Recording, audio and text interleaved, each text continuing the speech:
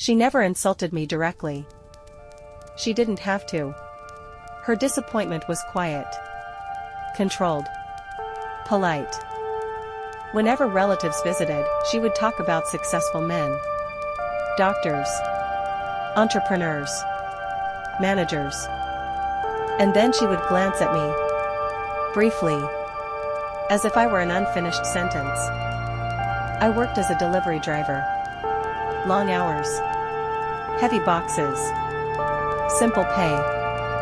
It wasn't impressive, but it was honest. Still, in her eyes, honesty was not enough. One evening, I overheard her speaking on the phone. "I just don't understand what my daughter sees in him," she said. "He has no ambition." That word stayed in my mind. No ambition. She didn't see the nights I studied online, the business ideas I wrote down, the savings account I was quietly building. She only saw the uniform. Family gatherings were always the same. Questions disguised as concern. "Do you plan to do this forever? Don't you want something bigger?" I would nod, smile, stay calm, because arguing would only prove her right.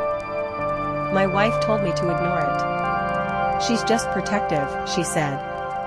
Maybe she was. Or maybe she was afraid. Afraid her daughter had chosen a small life. Months passed. Then one afternoon, everything shifted. She owned a small boutique.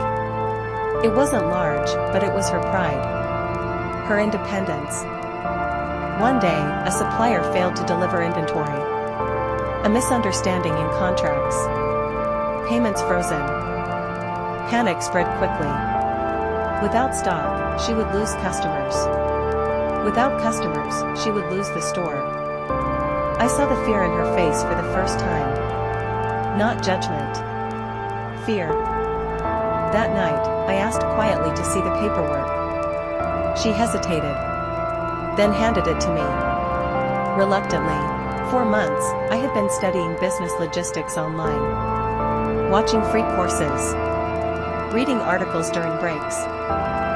Not because someone asked me to, because I wanted more. I noticed the problem immediately. A clause in the contract.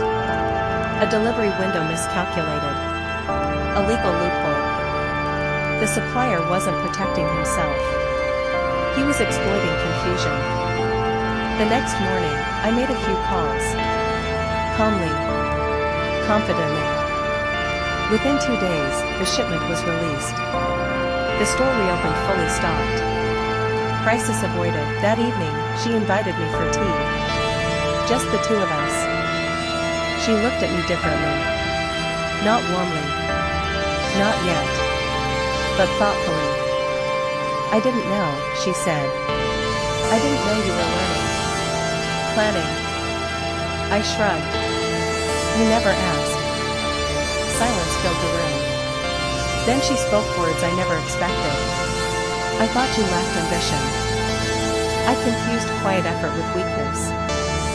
Her voice softened. "I judged you too quickly." We often measure people by what is visible. Titles, income, status. But the most important work is often invisible. Growth happens quietly. Effort happens privately. Character reveals itself when pressure arrives. There is a simple truth: do not underestimate a quiet person. Because while you are judging, they may be building. That day, I did not become richer. I did not become more impressive. But I became seen. And sometimes, being truly seen changes everything.